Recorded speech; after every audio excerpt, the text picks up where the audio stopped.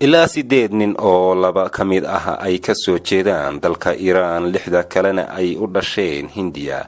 isla markaana sitay dooni nooca kalluumaysiga ah ayaa shalay galinkii dambe lagu xiray xabsiga dhexe ee magaalada Kismaayo. raggan oo doonidii ay ku kalluumaysanayeen kula caarisay jasiiradda Kudha ee qiyaastii 160 kiiloomitir dhanka koonfur galbeed kaga beegan Kismaayo ayaa waxaa gacanta ku soo dhigay ciidamada ammaanka deegaankaasi, waxaana intaa kadib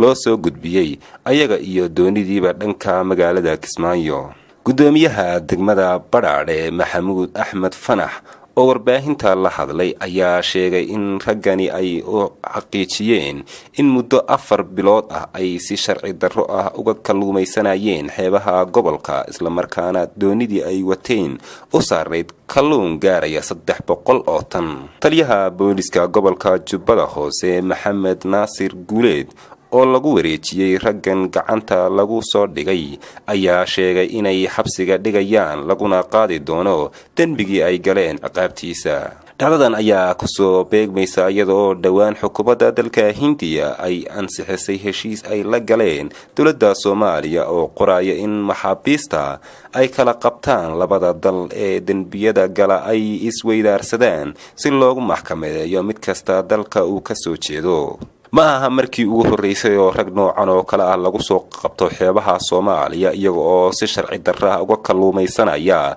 xeebaha dalka Soomaaliya.